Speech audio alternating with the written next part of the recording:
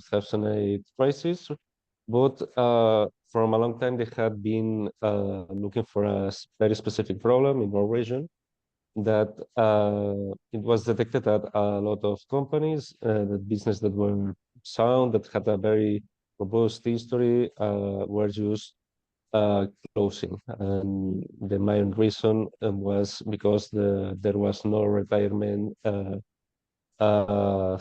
there was not a plan to pass the company to someone else. The usual case was that, well, the the parents or the founders of the company started from scratch a long time ago, and then they end up sending their kids to school, and at some point the kids move on to other professions, and a lot of time they reach their retirement age and they think, okay, what we can do with this, and lots of times they just decided to close the company, a company that worked perfectly, that was a viable company, and they just closed because there was no one else to take the reins most of the times. So there was this lack of planning in succession, and it was a huge problem, even bigger in the context of that year. Um, Therefore, these two entities decided to make a project to try to solve this very specific problem, the lack of succession and closing of companies. And they come up with Reempresa, the model that we will try to expose here. And they tried to focus Reempresa as a collaboration between the private and the public sector. This is the problem that Reempresa tries to solve is a big problem, almost on a national level, and public entities alongside the private entities must be part of the solution because at the end of the day, so the small and medium-sized enterprises are most of the economy of our country, whereas the most of the companies can be categorized this field in this category. Um, well, as Laura has told you, we are at the moment we are operating mostly in Catalonia, even though we have recently reached to another region in Spain. And the model that we present is focused on some main axes. The first of all is the SME single market. We want to be the reference of the transaction M&A of small and medium-sized enterprises, and we offer we offer this as a win-win solution for both business owners and entrepreneurs. The first thing that we thought when we explain or the way we work is that at the end of the day, Compressa is not going to charge any part of this equation for the services provided. That's when the funding of the public sector of the administration comes in. Point is, basically, we offer this marketplace to companies to offer to publish their company and try to find the successor that they need to keep going on this company. Of course, the owners don't are not gonna give their company for free. That's not the point. But most of the time, in in these specific cases of retirement with lack of succession, a lot of founders want just to give to find someone that can keep on with the work that they have created for after so many years. So at the end of the day, it's a good idea for the person that wants to retire and doesn't have this this succession. But also, it's a very positive way for it's an alternative as from traditional entrepreneurship. there are different studies that show that if you start a business from scratch, from zero, most of the companies do not survive the first year of activity for different reasons. It's very thought to start a project from from scratch. Therefore, we offer this alternative. Like it's just don't be an entrepreneur, be a company already on business. That's easier way to reach to find success on driving a business because at the end of the day, you're already starting with not from scratch, with a good base, a company that has been tested, that has already it has already a movement behind it. There is already you're already known the market. There is you have their product, your workers, etc. And also you can have the input from the previous owner about that most of the time it has a very valuable know-how and also relationships and also insight and knowledge of a specific sector of the economy, which and in that sense it can be very helpful the input of the previous owner. But also it's and we're gonna we we made a study in Reempresa also searching for the percentage of companies sold in Reempresa, how they were doing after 1 year, and if the used income, and most of them, almost 90% of them, were still on business, and the being majority of them also had better results than before. Uh, in other wo- uh, in other words, it can be a very good alternative with better results than traditional entrepreneurship. Apart from the marketplace, we offer the different services, all of them, of course, attached to this um, this search for a successor that range from well, the advisory services for both the owner and the entrepreneur, the potential buyer. We offer the marketplace and all the CRM support behind it to keep track of every movement of meeting that we do.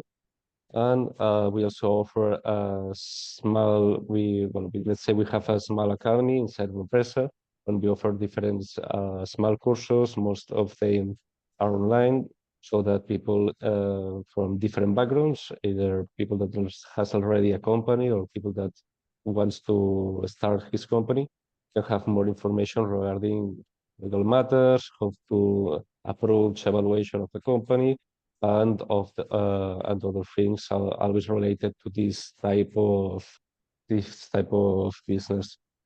And of course, we are also a very let's say we are a big network in our region, since we are like a nexus within the private sector, within those two entities I mentioned before, but also with the local city councils and on let's say on a more also on a more governor level. For we have an easier way being aware or of uh, we have an easier way to trying to meet those both ends of the spectrum that most of the time are really disconnected. And apart from that, all those services and all the help that we have provided to our regions since 2011 has had specific results. It's not just an idea. We have tracked more than almost 5,000 deals that have been achieved thanks to the services provided from Empresa, either because we have aided both parts since the beginning of the process, or just someone that maybe has reached Empresa saying, okay, I want to with this company, or what, how do I start? Or the other part, that someone that maybe comes to us saying, okay, I want to have those workers that really want to take up the business. How can I do it to pass the company to them? The point is to offer each one this counsel that most of the time it's something that a lot of people think it's more difficult or even more complicated than it really is. And of course, all of these deals had achieved an investment. And at the moment, we have more than 11,000 companies trying to sell their business or that have already sold their business. And we have a base of more than 20,000 users that are registered on our webpage, and they keep track. Well, maybe not of them are 100% active, but it's people that searches for different opportunities or than to keep looking for some maybe a smaller company to add to their own. Different case, we can talk about of very different cases. And last, but maybe one of the most important data, it's the 13,000 more than 50,000 jobs that had been saved thanks to our services, because a lot of times we only see that maybe there is someone that doesn't have a successor for this company, and there is a lot of jobs, a lot of hard work behind this company, but there is real people, real histories that depend on those companies to keep on with their lives. And the fact that we could achieve these numbers, it's also something to be very proud of in that regard. And then I would like to talk about some figures regarding our data. I don't know if I have been very fast with the previous presentation. I don't know if someone has some question or something that wants to point out. No? Okay. Actually, yes. Yes, Sorry, Jimmy. Joaquin. We have a question from Saquon. I Yeah. want to make Okay. sure, and actually, Saquon, why don't you go ahead and ask the question rather than me paraphrase it? And I also answered the question, so. Yeah, Dan answered, but I mean, the question is, in this, Laura earlier, if I understood her correctly, referred to Reempresa as a brand and not a company. So that's what prompted the question. It's more of it's like we are not a company, we are not an M&A boutique, we're not an agency, a public agency. We are a public a program, a collaboration. I don't know the specific word in English because it's there's something very specific in that sense. But in the end of the day, we are a program that it's the collaboration within two entities from the private sector and some entities of the public sector. In that regard, Laura, I don't know if you want to correct me. No, you say it well, Joaquim. Just to add more information and to answer Sequan's question, just make sure that Reempresa is not a legal firm or a legal mark or a legal company. It's a firm. I mean, it's like a sort of umbrella. Under this umbrella, we are working together, plenty of entities. I mean, the founders of Reempresa, we are TECODS Employee Association and Autoocupación Foundation. They are two private nonprofit foundations, but we are now collaborating with plenty of public and private institutions. So they are using as well Reempresa's brand. I mean, we are not a company because under this brand, there are plenty of companies, public and private companies that are using this brand to expand the Reempresa model all around Catalonia. So that's our model. It's difficult to understand. I understand that perhaps it's difficult because we are quite weird here in Catalonia in Spain, because main way to operate is just to build a new company and give service, provide service through a new company. We are not working this way. We are a collaborative system. We have this collaborative public and private collaborative system. So yeah, I think that it's weird, but in another hand, it's one of the keys of success of Reempresa, because we are able to collaborate with plenty of organizations. So I don't know, Sequan, if I answer your question. But Yeah, my so we- understanding from our previous, it's more like a not-for-profit corporation, as opposed to a company being a for-profit company. It's not for-profit. It's No, but it's not. it's not. But they have a structure. They have a staff. They provide services under the auspices of a not-for-profit, company. So it is so my understanding from what you said is that it is a company. It's a not-for-profit company. It's not like a traditional, acquisition company or finance. I mean, yes, Dan, but Secot is a non-profit company. Autoocupación is a non-for-profit company. Reempresa is just a brand. It's not a company. So we have 3 quick questions. Sandra asks, Laura, Joaquin, what does Impresa mean? What is the definition of Impresa? Empresa, it means company, just company. Ah, okay. It's in Catalan or Spanish, the same word. And John had a question regarding fees. John, go ahead and ask, because there's more to that. So I want to give you a chance to ask that question.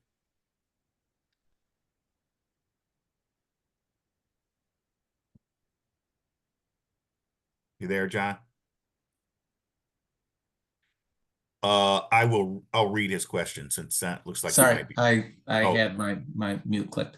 I was just thinking about it in terms of the services offered in different regions, if they are fee-based, or what is the support for Reempresa or entities that are using its model. Where do they find their financial support? Okay, so Joaquim, do you want me to answer or do you want to answer? When you talk about financial support, you are referring to the financial support that keeps while the lights on in Reempresa, right? Yeah. Yeah. Well, it's in that sense, Laura can tell you more about it, but at the end of the day, it's this collaboration between private and public.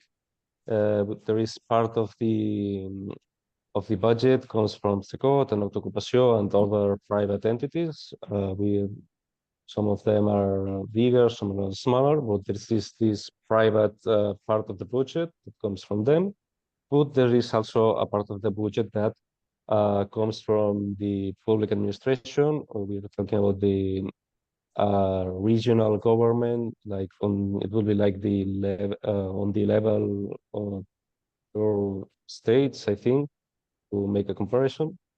But it's not a blank check by the government to say some.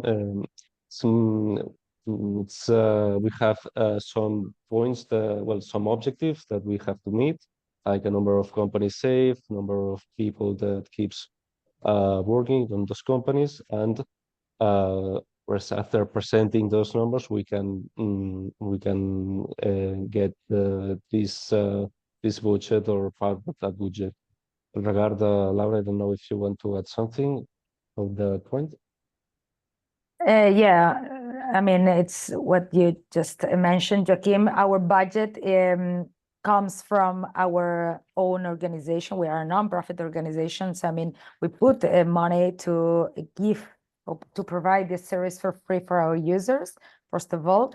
And afterwards, we have this public-private collaboration ship. So the public government puts money here. We are talking about Catalan government, but also the regional government here in Catalonia. We have 4 deputations. I mean, it's like a sort of local government that also wants to put money in succession instruments to avoid business closure. So that's the reason why they just not provide for money for us to implement this service, but also they provide us employees. I mean, we have quite a lot of, have in fact 80 Reempresa meeting points all around Catalonia. And the way to implement that is with more than 200 employees that are now working with Reempresa's methodology. And they are not working for CECOT. They are working for public municipalities. And thanks to this private and public collaborationship, they all have this training done by us. They use our methodology, they use our marketplace, they use our CRM. So we make sure that a person, a buyer or a seller that wants to buy or sell a company in a corner of Catalonia, they have the same service that if he or she comes here to the center in Barcelona, they will have exactly the same service. Because here we provide all this training to more than 200 employees or persons that are working directly using our system. So I know this is a mixture of a private system, a public system as well, and it's difficult to understand, but it's a model that works here. Yeah, that's the way we implement it. So I want to give Tom a chance to, given your structure, his question was more about how certain transactions work. Tom, do you want to ask her question? Sure. Yeah, I'm just want, you know, how it kind of works in reality. So you got a company listed, and then, you know, do you take multiple like buyers looking at it and compete them to see who's the best? Like, how is competition managed? If you have competition, and you know, how is the kind of the process managed? Do you guys get involved, or you just kind of connect the companies? We have a direct involvement throughout the process, but at last we try to have it. Sometimes it's faster, sometimes people already have a first meeting and then it's love at first sight. It depends, but most of the time we provide the first, well, the listing of the company, and we make the first connection between the owner and the party interested. Of course, sometimes we have like some points that we have to help to present someone. Some people say, okay, my company is very specific. It only could be managed by someone that has this specific certification or these specific backgrounds.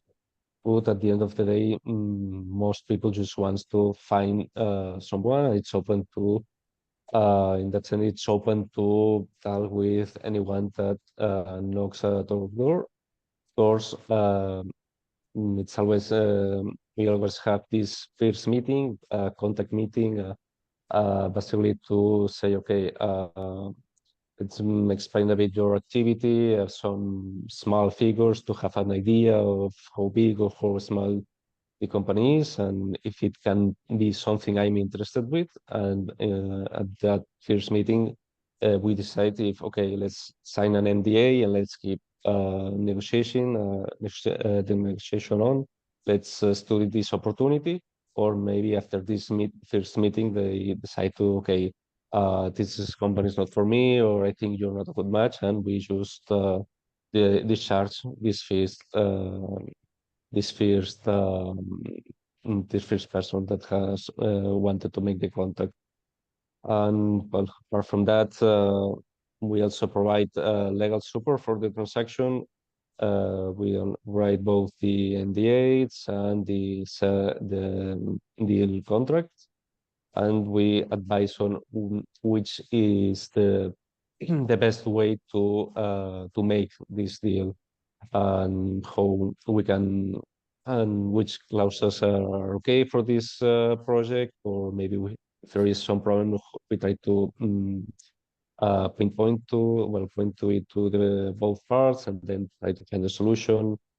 It's a process that can be very long, very short. It depends of the company and the people involved in it. Dr. Jones asks, Is this similar to a 508 structure? Dr. Jones, you may need to explain what a 508 is, just in case they're not familiar with it. 508 is basically, it's a nonprofit and it is a tax exempt. It's similar to a 501c3. However, with the 501c3, they have to report, their records to the government. In the case of the 508, it is exempt from that. It does not have to go that route. It's basically considered, in fact, this is out of Washington State. It's basically considered to be the exception to like the 508. So it's basically giving the entity autonomy. In other words, it's like an independent country of its own and can operate within the guidelines of being an entity separate from, our system. I'm not sure how to respond to that question. Sorry about that. Well, I may have to get an attorney to maybe get into it, because as I understand it, this is the same kind of system that they use in the Vatican in terms of how they protect and have autonomy. So maybe it's someone else that, will be able to address it, but it's tax exempt, okay? So thank you, Dr. Jones. And it sounds like it's a little foreign to our guests, which is okay. That it's a good question, though.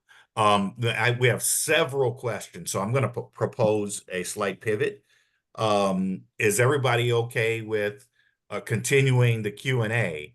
Dr. Cordova has essentially decided to give up her time so we can Q&A before we get into some of the other presentations.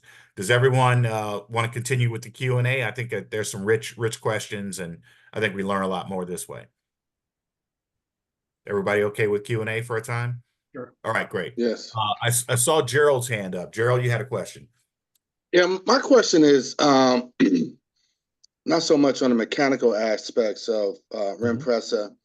I'm deeply impressed with your successes. So my question is there something unique from a social, political, and philosophical will of the people of this region that could create this? And I'm marrying what I'm hearing, to the landscape in Chicago, and like, how do we do this? And so I did a little research on this Barcelona region in between this morning. So what is it? It's something that's not being said, or I don't understand how this could actually happen.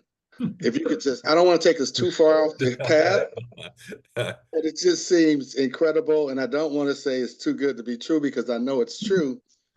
Is there something about the people of this region? Independence and autonomy comes to mind. So if you can just share a bit about that. It's not an easy question, Gerald.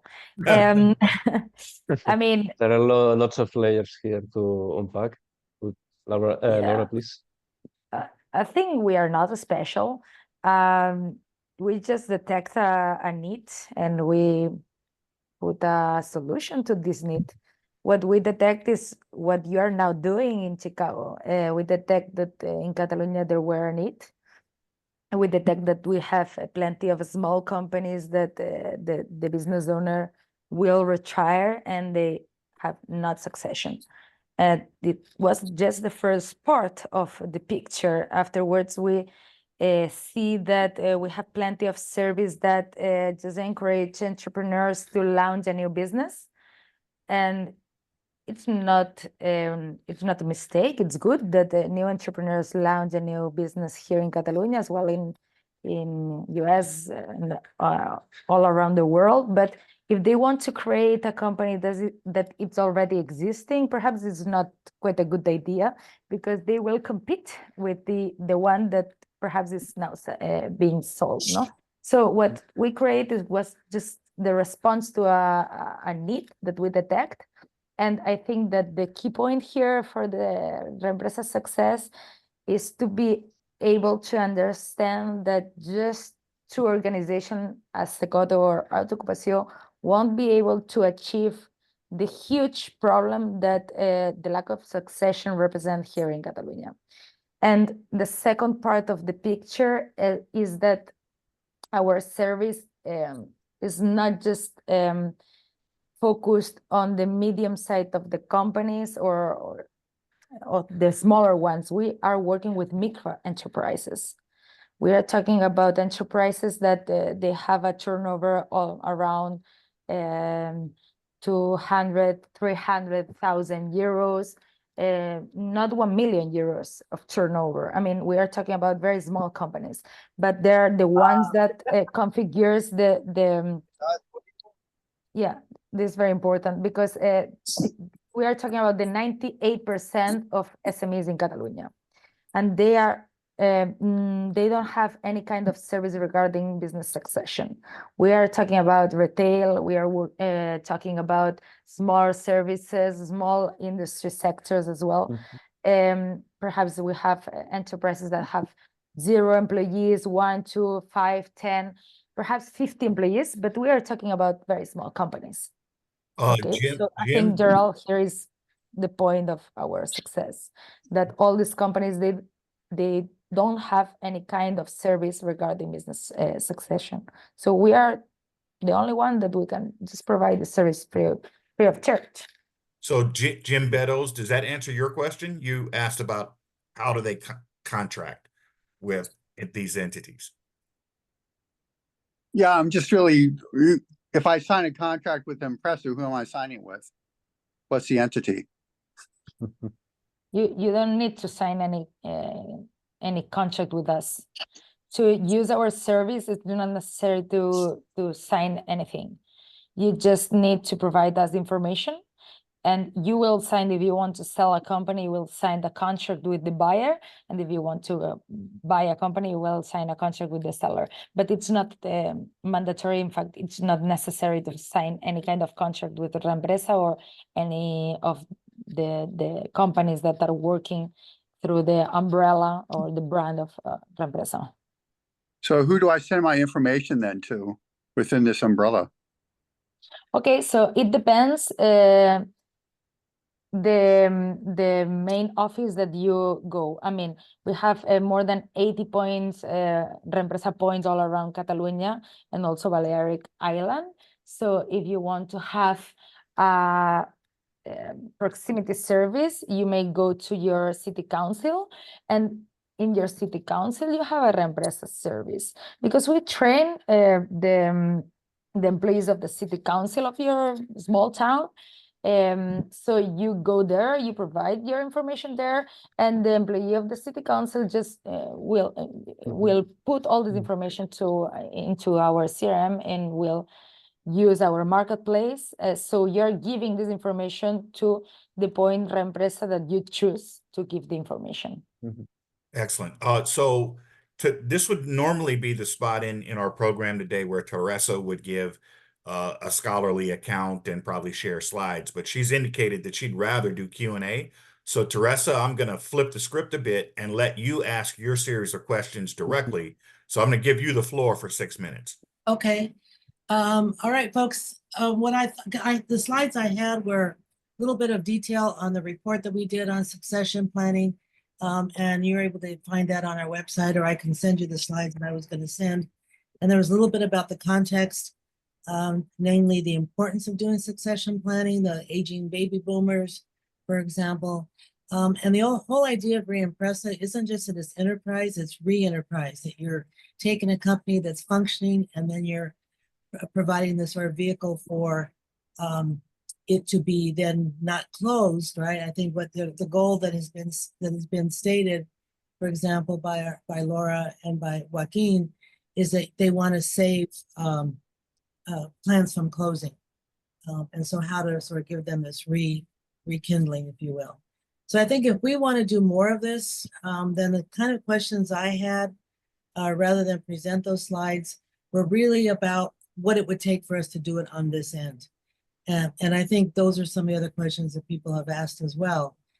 So I have some questions about how do you identify potential buyers, or how do the potential buyers find you?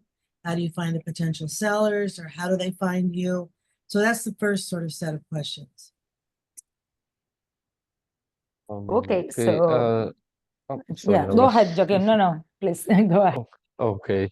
Well, I will say that most of the times the buyer ends up finding us, mainly because we have we are easily recommended by a lot of people from local on a local level. A lot of times someone goes to their to their municipality, maybe to find more information about maybe closing their business, and then they tell, okay, have you checked this thing about Reempresa? Then they think, okay, we can try that. Apart from that, from the internet, if you look for us in Spain and Spanish for like where to do a business, Reempresa it's also appears easily on the web page. But apart from that, it's this. It's also part of this collaboration, since a lot of the entities we work with also recommend us, and it's people that it's inside some economic circles or some points of the administration that at the end of the day they want to keep business going. For example, local city councils don't want to lose commercial companies because of succession, so they are the first interested in also showcase this project for potential buyers or sellers. But well, maybe I'm talking more than I should, but at the end of the day, I would say that most of the time people end up finding us than the other way around. And that probably has to do with the promotion or the visibility that you've obtained for yourselves. So people find out about you, word of mouth, your visibility. What about those, does that include also sellers of companies? Because it seems like sometimes, at least in the data we found, that a lot of the companies, they don't have a succession plan. They're not necessarily even thinking about succession, or they get to the point of retiring and they're like, oh, my kids don't want to take it. What am I going to do? So it seems like they need a little bit more recruiting to sort of be willing to or interested in selling. Do you have to make a special effort to reach them? I would say that it has improved a bit than the last years because I remember some cases where someone that had a company that wanted to retire just here on the office and at the office and say, okay, I want to retire in 2 months, and it was like, okay, we're not gonna be able to help you in this short notice. But now we have detected that people, well, company owners arrive with maybe 2 or 1 year in advance, having retirement on their thoughts. But most of the time, they find us. Okay. Teresa, we are really tight, so could you do one more and then we'll pack up at the back end and catch up on the questions. Okay, so I see that John has a question. I want to make sure John's question gets in there, but before we do that, I wanted to ask about your staffing, about the composition of your staff. What's their expertise? Does one staff member handle an entire negotiation, or do they get passed from different staff members at different parts or phases of the negotiation itself? Well, we have different different working groups. We have the most the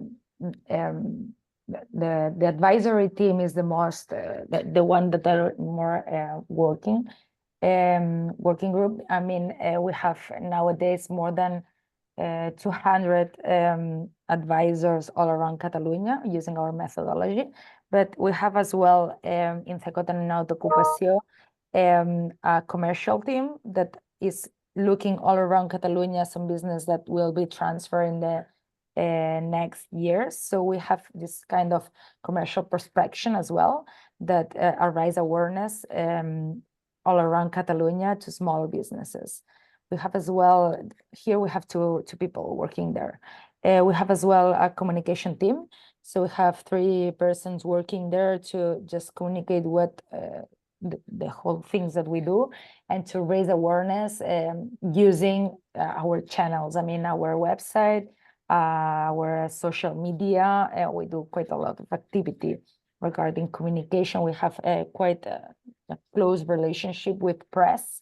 So we try to just as well use press to announce ourselves and put there some successful cases. This is very important to make sure that another person that perhaps are thinking of using Reempresa service, hearing or reading these success cases, come here to Reempresa to use our service. We have as well internal team, but also external company that provide us digital solutions regarding our CRM. Very important. We have this CRM to gather all the marketplace information. So for us, it's very important to work also with data. So we have an internal team, about 3 persons that are developing our CRM of Microsoft Dynamics and improving all the information that we have. And I think that's all. And afterwards, yeah, for sure, in our advisory team, we have some sort of a specialization. Most of our consultancy team is composed of people that assess in all process to buyer and seller in a neutral way, but we also have a legal department and we also have valuation department. So through these 2 departments, we offer to all the advisory team some sort of support if they need to solve any specific questions or advanced processes. They just can call us and we solve this problem. We can just go all around Catalonia and make sure that the methodology and all the doubts are solved to our consultancy team. That's very helpful, very helpful. David, John had a question. I don't know if you have time to get that in. We are really pressed on time. So I want to poll everyone because we've got several other questions, but I don't want to cheat our speakers from their time. And we have 5 speakers that are going to spend about 5 minutes describing some of their work, and then they're going to ask questions of Reempresa. Should we continue that, or should we keep on with the Q&A? What's the vote? I'm not sure we need to hear much from us speakers. Maybe we should go on with the Q&A. My thought. Okay. I think we everyone should. else? I think we should hear from the presenters. I think we should hear from Reempresa. Yeah. David, some of our speakers are nationally inclined. I mean, so some of them are distinctive. So I think we should go with the speakers. We've invited them to come. Okay. It can give rise to quite Q&A after they. Okay. Good. The founder has spoken. So yep. So Joaquin, can you clear the screen for me? Tom, does that mean that you want to still present, or are you willing to give your time up? I'm willing to concede my time. I did have one question though, like just on that chart we were looking at. It said jobs saved over the time 14,000. Does that, and then like 4,500, does that mean there's only about 4 people on average working? Because like 14,000, and do you do any larger transactions? Because I think our issue in Chicago is in the millions. I mean, not, but hundreds of, so we need to create more jobs than 14,000. So I'm just wondering, do you do any larger, or are they really kind of small 1 to 4 people companies? Well, most of the companies have a big short staff, but it depends. We have sold companies with maybe 1, 2 workers. We also sold companies that have like 20, 30, 40. But of course, bigger companies are like smaller percentage of all the deals we make. So it's I would say that most of the companies have this on the short side. Okay, David. Okay. We're pretty good. I'd like to introduce our friend and partner, Sandra Finley, President and CEO of the League of Black Women. Sandra, unfortunately, I saw your note about the slide. I don't have it, so hopefully you can manage without it. Good morning, everyone, and I can and will manage without it. So 4 minutes. 4 minutes. League of Black Women. For those of you who've heard this before, just be patient with me. The League of Black Women was founded in 1970 to help Black women advance and take advantage of the opportunities of modern times that previous generations of Black people simply were not accorded in the United States of America. So these women generationally have gone to college, reached for jobs, great careers, and expected to get promoted as a result of their service to their companies, and that did not happen. And now we have a generation of Black women who say, I'm not going to give 30 years to a company that will not promote me. It was pipeline. I will own my own company. So we've seen this movement of women into startups. That's a problem because startups are the hardest things you'll do across any demographic. So we at the League of Black Women, working with Manufacturing Renaissance, saw a pathway forward. And that is to ask these talented women to buy or acquire existing companies that are generationally for sale from old white men whose children don't want to follow them. So we created an accelerator to support this. We now have a program that is starting up next month to teach them how to do this. That's being taught by the Dean of the School of Business from one of our prestigious universities here in Chicago. And our work with Manufacturing Renaissance is specifically to align and to ask them to provide that warm introduction to the current owners who are not going to bed and dreaming at night for a Black woman to buy their company. But we believe that Manufacturing Renaissance can make those connections and let them understand that we are the opportunity that they seek. Why does the League care generally about this? Is because the Black community, the footprint of the Black community is shrinking physically. Mostly because of the fact that we educate our children and they have to leave our communities in order to seek the careers that they are looking for. But if we can provide employment opportunity near physically where they live, then we will see reinvestment in the physical thing that is the Black community. And the alignment with manufacturing is that in Black communities, many of these manufacturing companies are nestled up near actually where we live. I walked past one on my way to school when I was a girl. We didn't know what they did over there or who owned it, but it was right there every day doing whatever they did. And there were people who had jobs who came from other communities to these places. So we are reaching to acquire these companies, provide the next generation of employment opportunity, provide new owners, create wealth in our communities. And these women who will own these companies are going through the League of Black Women Leadership Development Program, which means that they will know that their mission is not simply to acquire the company, but it is to have values in how they run it so that the people who actually work in the company are able to achieve maximal employment wealth. For us, that looks not like working class, that looks like middle class employment and benefits and all that good stuff. So that is our mission in our accelerator. That is what we're doing to redirect talent. And we are excited about what we're hearing from Reempresa.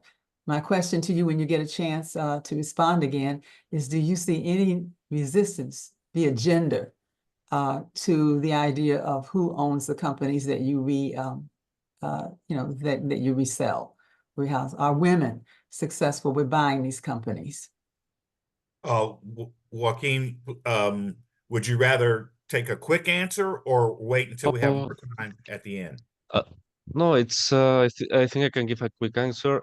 We checked not long ago from the profile of the people doing business, and it was very like 50-50 men women in that regard. There was a lot of clarity, and I would say that probably there were the number of women becoming the seller of those companies was increasing year after year. So in that regard, I would say that probably this 50-50 situation is going to become like 55, 45, or maybe 40, 60 sooner than later. Excellent. Sandra, thank you as always. Joaquin, thank you for that. Moving quickly, I want to introduce our next guest. Such an honor to have Katie Stanton join us, Executive Director of Urban Manufacturing Alliance. Katie, you had some remarks and some questions. Yeah, thank you, David. I'm just going to share my screen really quickly. Okay. All right, can everybody see that? Great. You might recognize that man on the screen twice. So hi everyone, my name is Katie Stanton. I'm a co-director of the Urban Manufacturing Alliance. UMA is a coalition of organizations working to transform manufacturing ecosystems into drivers of just and equitable development that puts communities first. We have been doing this work for just about a decade with a renewed and really growing interest and intensity over the past couple of years. I'm sure you all know why. And once again, as we all know, that the country is again recognizing that manufacturing offers up a lot of compelling solutions to some of our most pressing issues.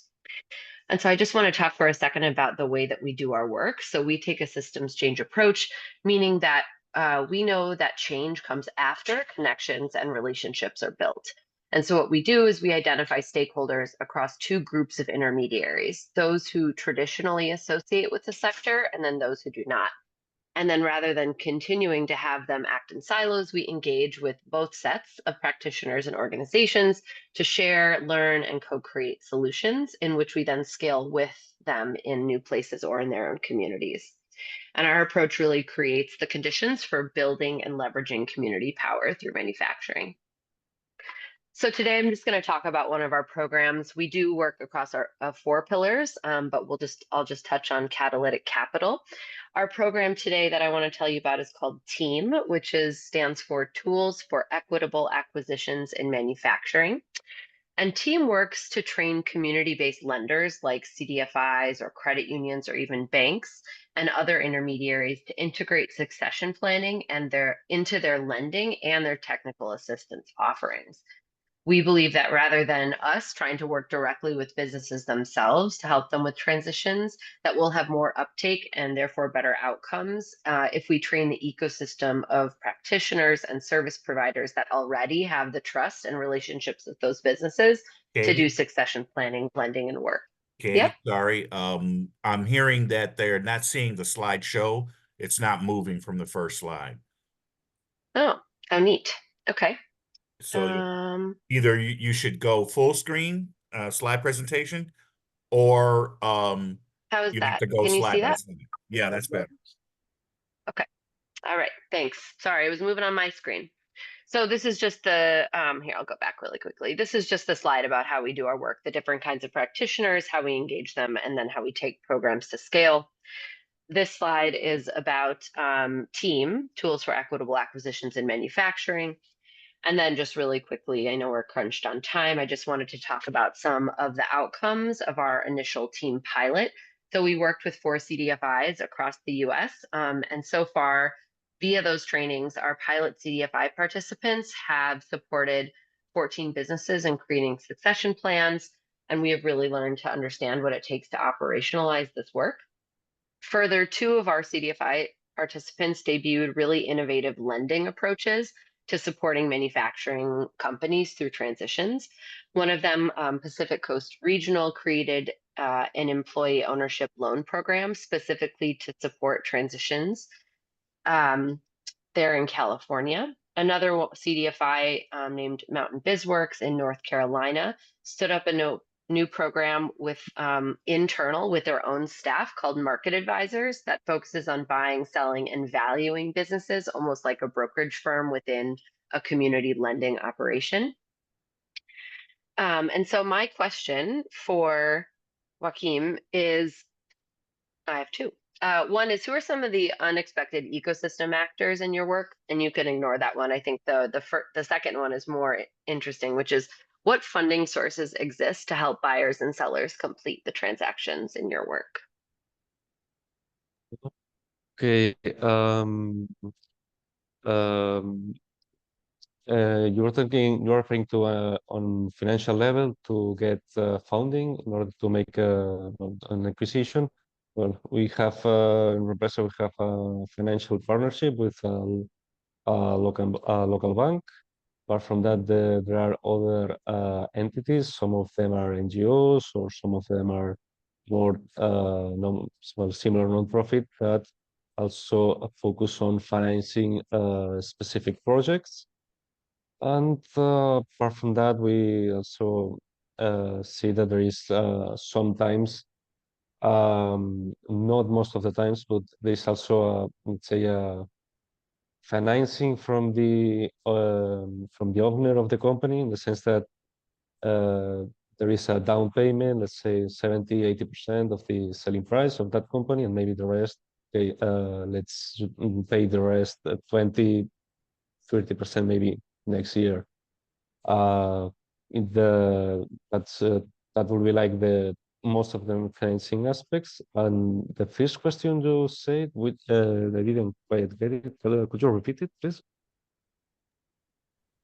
I was just curious, and again, David, if we need to move on to other people, that's no problem. But I was curious if there were service providers in your community who helped find you buyers and sellers, sort of like Sandra's role, where she helps supply existing companies with potential buyers. But again, if we need to move on, it's no problem. No, we're good. We have 2.5 minutes. Okay. I'm not sure if it's the correct word to describe this type of companies, but the charter companies, the people that keeps the records of the taxes of that you say to present it to the public administration. A lot of times, well, they have clients, long-term clients for maybe 20-30 years old, that they have been working with them, their companies, and that they know about Reempresa as a way to solve this succession problem. And we have detected that this like type of business also recommend our services. It's not entirely selfless. It has a bit of selfishness, in the sense that in the end, they gave us this client to say something, but they are also keeping a client on business, because otherwise they will just close the company and they are just going to lose a client. If they tell them about Reempresa, then we can help to them to find this successor. And of course, most of the time, the new owner wants to keep the old tax advisor or charter company that the previous owner had. One thing, let me just not miss the opportunity, Joaquin. Katie now lives in Barcelona and will be there for the next 6 months. So she's our agent there. So, and she's, so please, and of course, Katie, well, I'll send you a letter of introduction just to start the exchange. Yeah, excellent. So a few housekeeping notes. I know people are burning with questions. We will have time at the end to kind of return back to sort of the open Q&A, but want to make sure that we get our next guest, because they have a time limitation. And Dan, I thought it'd be more appropriate if you actually introduced Matt Bogosian and their group while I put up the slide. Sure. So Matt Bogosian is the director of the American Manufacturing Communities Collaborative, right? That's right. Yeah, Dan. Yeah. Okay, great. Which is a national mouthful of development organizations and CDCs and so on and so forth. And his old friend, he's a collaborator with us on many levels. And so I'm glad to have you, Matt. And I know that you're prepared to make a few comments and maybe pose a question or two. So. Yeah. Well, thank you, Dan, and everyone for coming together.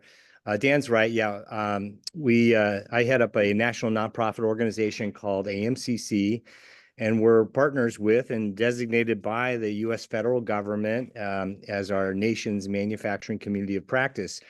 So what that means is that it's our job to help strengthen the manufacturing cornerstone of our economy in regions across the country. And we're dedicated to using the best available evidence to do that. So we're grateful to learn about smart practices from wherever they come from.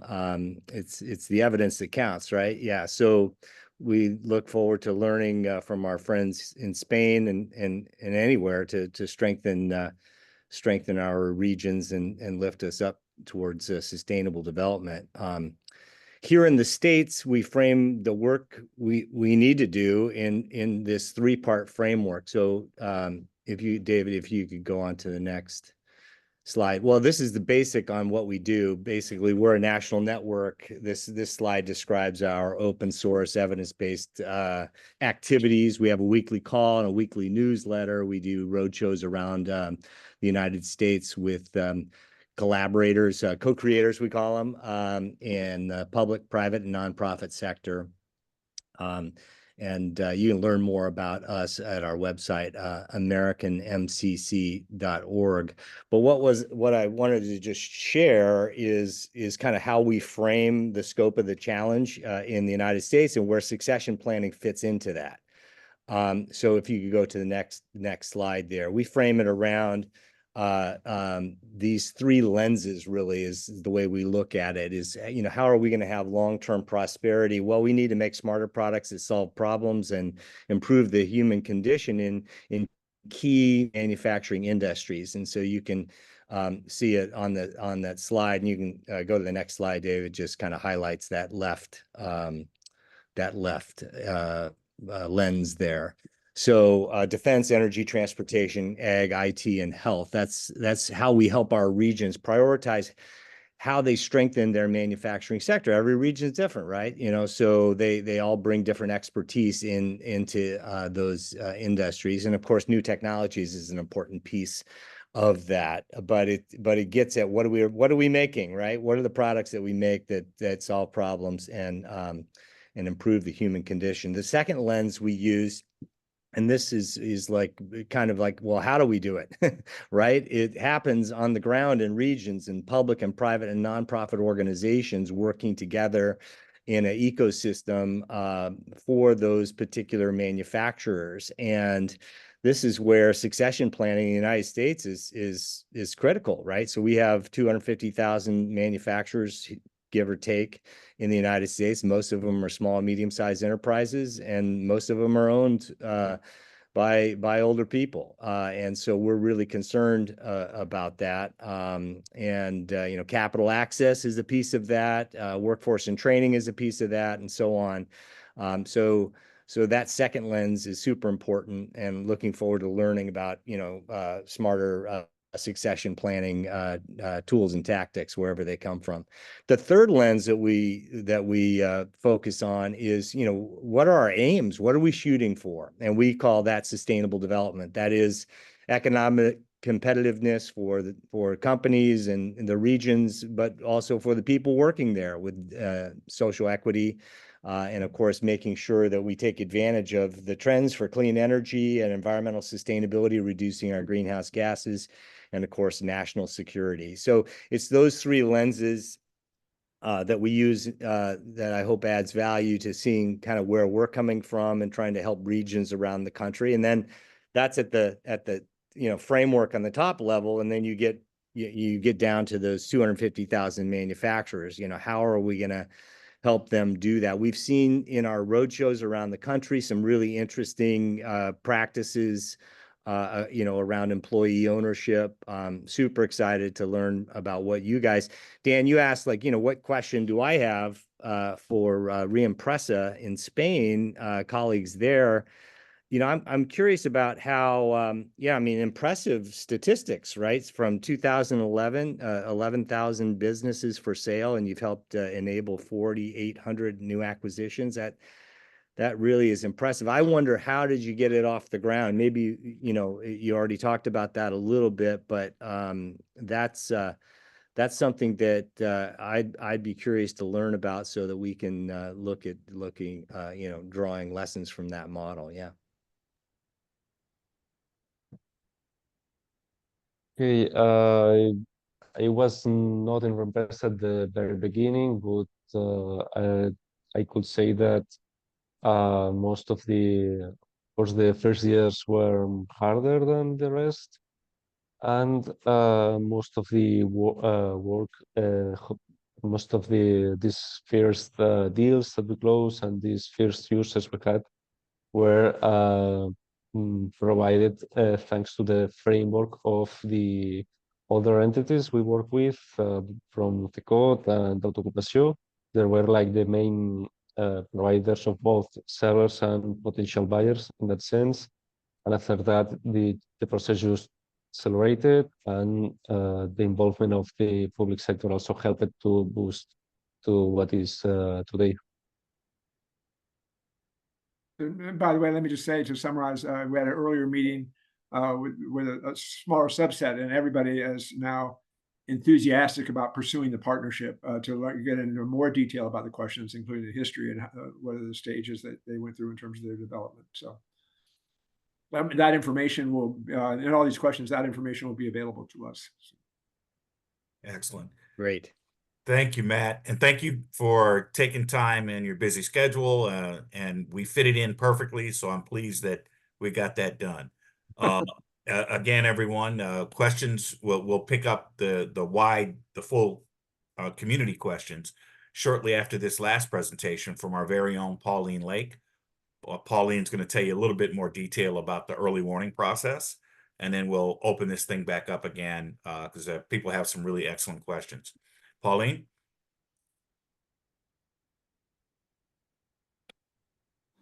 Hi, everyone.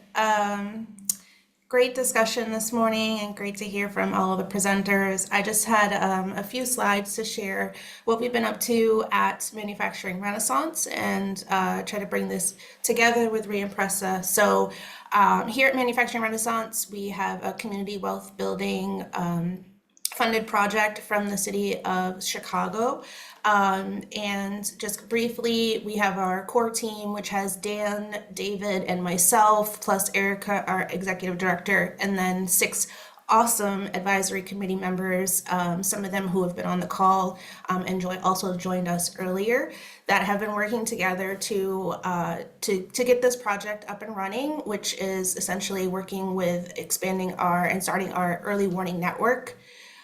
Just briefly, because I know we're short on time, this slide was just kind of highlighting the context, the challenge that we're having. Many of us have already touched on this today about we have this, we've identified that manufacturing company owners in the Chicagoland area don't have a succession plan. We're trying to identify those companies, be able to provide them with ownership transition assistance and resources. And this is where we have this really big opportunity to have a robust early warning system that can help identify the buyers, sellers, and also working together with our colleagues on this call to help make sure that ownership is also more inclusive as well. So addressing a lot of challenges, and we see the early warning network as being able to be a great opportunity to help grow and sustain manufacturing in the Chicagoland area. So our early warning network, we're focusing on building trust among all of our participants, as well as strengthening ties between the manufacturers and the community and their communities. We are focusing on building this network where we have the ability to gather information. Laura was talking earlier about the data that's being collected as well. So we're trying to make an analysis and monitor the signs, and then being able to approach the company owners in order to help identify what next steps they should be taking, whether it's helping them identify a successor, or if we need to suggest other technical assistance from the various providers that we have in our networks. So we have our 6 main key roles, and we are trying to grow this network initially here with this project funded by the city of Chicago. by having several participants participating. So just highlighting briefly the goals of the project right now, we want to build the capacity of up to 24 individuals from various companies and organizations, various backgrounds and expertise. As you've seen, various expertise on this call as well. And then establish this early warning system that will be able to help us identify those companies and take action with them. And I'm happy to share, we're now in the implementation phase. Our advisory committee and our main project team, we had developed a training that would help grow the capacity of these individuals. Our training is a total of 24 hours with 5 days that we are meeting synchronously. We had 3 days, 3 wonderful days face-to-face and 2 virtual via Zoom.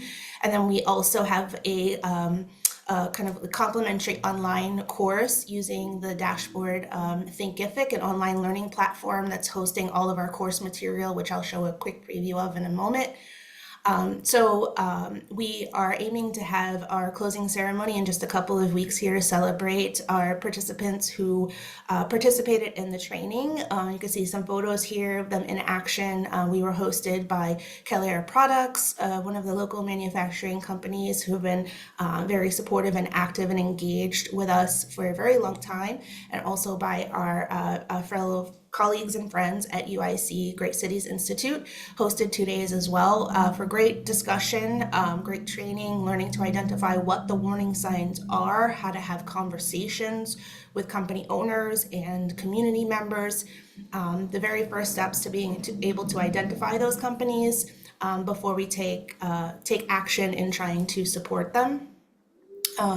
So just a quick preview of what the online course is looking like. So we've been putting our material in there so that way those in the future can go through the training without always having to be in person with us, sort of like a self-led training course that you can earn a certificate at the end. And a shout out to all our participants who have been participating in the pilot and helping us build this training out. So hopefully we can scale up and be able to reach more folks and have them join the network. And I just wanted to end sort of with my questions here and then invite Dan and David as well if they had specific questions. So this project really, we've been full steam ahead over the last year, I will say, and just getting it off the ground, and there's lots more to do. We just had our pilot. We want to continue to grow the network and have more training, more individuals trained. And I think the question about how to grow sort of may have already been addressed, but if there's any more advice that you all could give about how to grow. But I'm more so just from the project coordination side, interested in knowing just sort of like, was there any lesson learned or unexpected insight that emerged in the first few years of Reempresa that you'd be willing to share with us that we might be able to learn from ourselves? Thank you, Pauline. And that officially opens up our question period. But I'm reminded of a joke. This reminds me of herding cats a little bit. And do you know how to actually herd cats? You move the milk. So with that, let's open up the Q&A section. And if you wouldn't mind showing a virtual hand so that I can try to get everybody's question in the best we can. Thank you, everyone, for being willing to let me guide you on time. We're right on point. So thank you very much for everyone that has been doing that. So I think Teresa had a question. Teresa?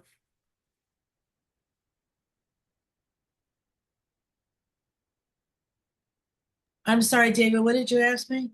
I think you had a question. I was looking in the chat and I think. Oh, well, yeah. I also wanted be sure we got John's question in there. Oh, yeah, yeah. And then I think I did have an additional question. Where did it go? But I wanted to make sure we got John's question in there. Yeah. John, do you Oh, yeah, I had a question about green technology, but let's get John's question first. Okay. Do you remember what it was, John, or do you want me to find it? Yeah, I just wasn't sure if I should read it. Full disclosure, I'm a 70-year-old black man who invented a product that I've been selling for the last 14 years. Fountain of youth. My son decided to become a doctor. So succession planning is out. The product I manufacture, I'm considered the manufacturer, but I don't own the manufacturing plant. It's manufactured at a foundry locally. I own the tooling. The question I had is, if I'm looking to retire and want to sell my business, would these businesses be limited, or these services be limited to businesses that are selling a manufacturing plant, or are these services going to be available to someone like me, where I'm considered the manufacturer of the product, but the physical manufacturing of this product is done in another, in this case, in another location, but it is still local to Illinois. It's made at a foundry. I mean, the product is an aluminum casting. So, but I wouldn't be selling the foundry. I would be selling the manufacturing rights, the intellectual property, and the tooling for making this product. Dan, that sounds like a question for you. Well, yeah, I can be the intermediary. I think that's a good question for Tom Goldblatt. Because, by the way, our early warning network has already generated 3 leads on companies that need a successor. I met with one yesterday that came from the jobs fair. So, already there's a market out there that's to be tapped into. So, but Tom, could you? Well, why don't you synthesize the question, John, what you're trying to ask here? I just want to know if the services are limited to the sale of plant facilities, or if they are also looking at selling businesses. Well, absolutely selling, not just plants at all. A business that has potential. The value could be in the intellectual property, which sounds like you have, or the sales or the customers. So not at all limited to physical locations. Okay. So who would he contact in order to explore this a little bit more? Because it sounds like he's starting to think about this. You could contact me, John, or you could contact Tom. Yeah, there's lots of resources in Manufacturing Renaissance. This is something that they're putting together, but there's lots of resources and small business brokers. Depending on the business, it should be if it's profitable, it should be very saleable, and you can kind of decide whether you sell to an entrepreneur or to a larger business that would merge you into it. But lots of different options. Dan would be a good person to start with. Yeah. John, why don't we get on the phone and get in touch and carry this, continue this discussion? And that's the role. Yeah, Dan, why don't you put your email address and phone number, your contact info with a direct message to John. Okay. Great. Thank you. Joaquin, I didn't give you a chance to answer Pauline's question. What lessons have you learned with respect to building the network that you can share with us? Well, I will say that one lesson I think I could point is the networking aspect of this type of sector of M&A. At the end of the day, when the owner of a company wants to sell his company, it's for retirement reasons. He's almost selling his second son, third son. There is this very personal attachment to the company. It's a lot of years, it's a lot of effort, years, and things behind the history. So there is the aspect that if he's gonna put his the job of his life in the hands of someone, it has to be someone that he trusts. It has to be it has to be a very a personal relationship with that person. So most of the times it's by recommendation that you get the bigger network, and more people that wants to do this retirement planification with us. So I will focus on the network aspect. Excellent. So Rue, I guess in a related question, Rue, you had a question about what are the other qualifications and is there a geographical limitation? I'll let you ask it rather than me try to paraphrase. Sure, yeah. The question that I had is regarding, the buyer's qualifications. So obviously in a hyper capitalistic system, such as the United States, a lot of acquisitions happen, to merge it into larger entities, to create, huge conglomerates that kind of park intellectual property and various other things. And it sounds like, a lot of these small businesses that you work with in Catalonia don't want to see something like that. They want their business to continue, and there's an impetus here to have the local economy be centered on many different smaller businesses as opposed to a few just larger businesses that own basically everything, right? And so is there other qualifications that Reempresa requires? So for instance, do they have to be, residents of Catalonia? Do they have to be individuals and they can't be other corporations? What other types of guardrails do you have in the process? Well, regarding the buyer side, we do not require that person to be living in Catalonia. We don't put a barrier in that sense. We care the bigger amount of people we have interested in acquiring a business. We think it's something good, no matter where they come from. But on the side of the owners of the companies, since we have this partnership with the local government of Catalonia and the local government of the Balearic Islands also in Mallorca, Palma, we work with only companies that are established in Catalonia and the Balearic Islands. Basically because it's the rules we have in this partnership. Locally, maybe in the future we can expand of area to other parts of Spain, but for now we are focused on Catalonia and the islands. But in that sense, it's the only geographic barrier that we put to the people we work with. Apart from that, it's an open door. At the end of the day, the main objective is to keep business alive, to keep business running. Maybe the entrepreneur is just someone that wants to start a business. Maybe it's just a smaller company that wants to buy another part of another smaller company to add into their small business.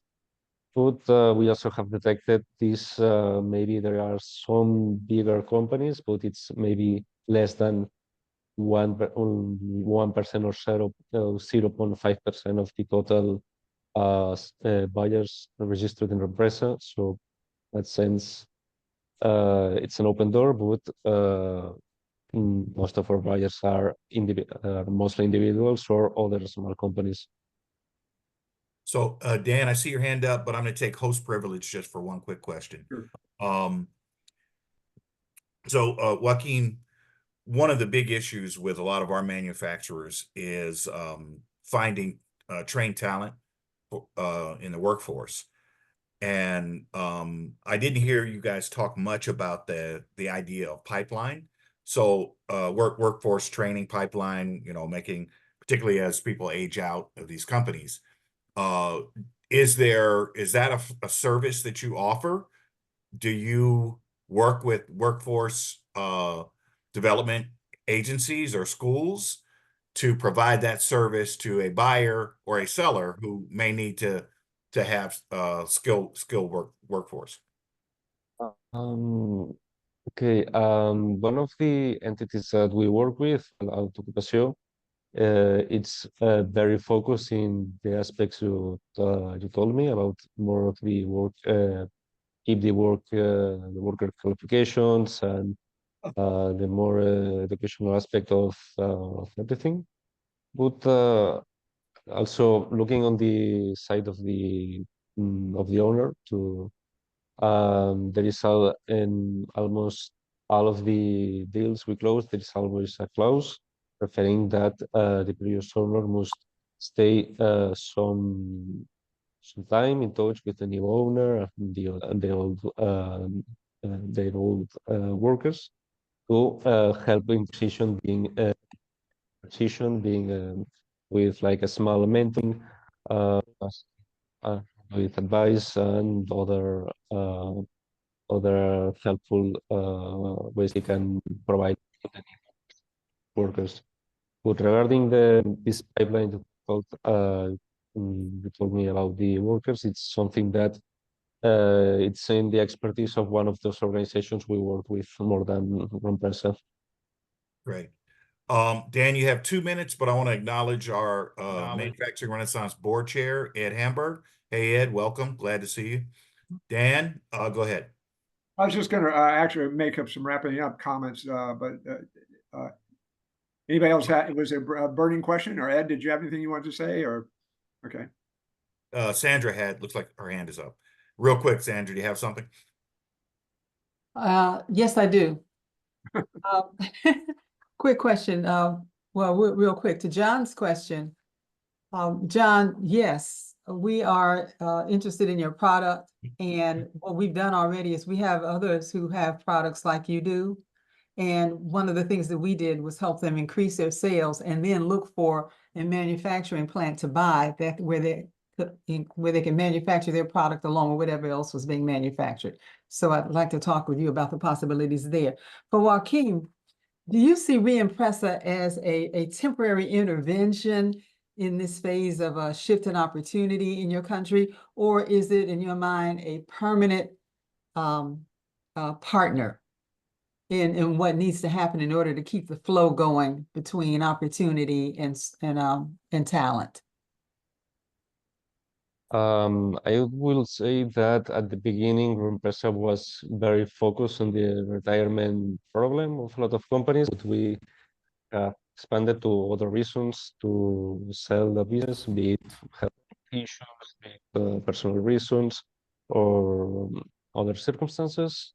But in a way that maybe at the beginning we find a niche that no one was working to solve, and now since we have since Reempresa has become very well established in that regard, I think that we are here to stay for now, since there is no since it's not that there is no one else doing what we are doing, or no one in the private sector that can provide this service.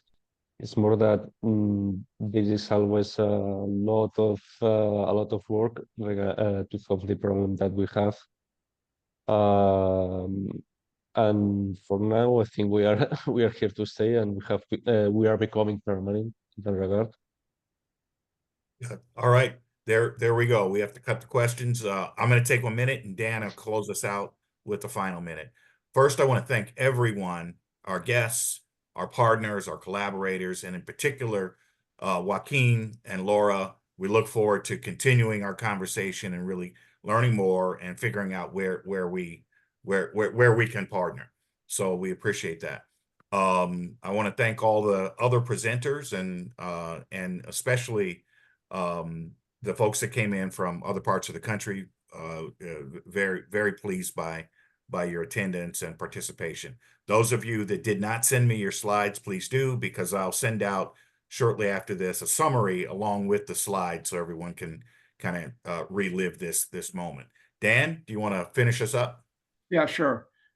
First of all, it's been an exciting morning. I think this is really, I mean, we've had people show up and people stay. And I think we've learned an enormous amount of information from Reempresa. And that was the whole purpose of the program in the first place, to start a discussion that gets into the details. And as from our earlier meeting, there's clearly a desire to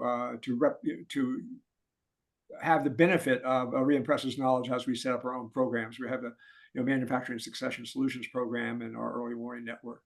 And one thing I think is important to say is that the Reempresa doesn't represent the model to do everything in the same way that they do in Spain. For example, our early warning network relies on working with labor, which means we aren't going to sell a company to somebody who's going to break the union. I mean, in small companies, private equity firms are buying small companies to strip them and move them elsewhere. We won't work with those kinds of companies because we get information from communities and they want to save jobs and stabilize their communities. So I think everybody has to look at this as there's going to be a rich discussion about what are obviously the things we can learn, which are enormous. And to me, the big issue of scale is important. But there'll also be lots of differences to sort through and see what's appropriate for work in the States. So I think there's clearly a mandate of an ongoing discussion. So we will be convening, sending out sort of a summary of this discussion, put together a mailing list. We'll want to know about your interest in working with us. And one thing that was noteworthy is that there weren't people didn't show from city, county, or state government, even though they were invited. And I think that's again one of the differences we have with Spain, where the public sector seems to be directly involved, and here it's not the case. We have to make the case to change policy and to shift government. But in the meantime, we have to have structures that don't depend solely on that that capacity. So, but having said that, I really again thank everybody for joining us. It was an exciting morning. Please send us your notes and any ideas that you have or your desire to be involved because this will be an ongoing effort. So thank you. Thank you, everyone. Have a great day, and we'll be back in touch. Thank you. Thanks, you too. Thank you. Thank you. You. Thanks, everyone.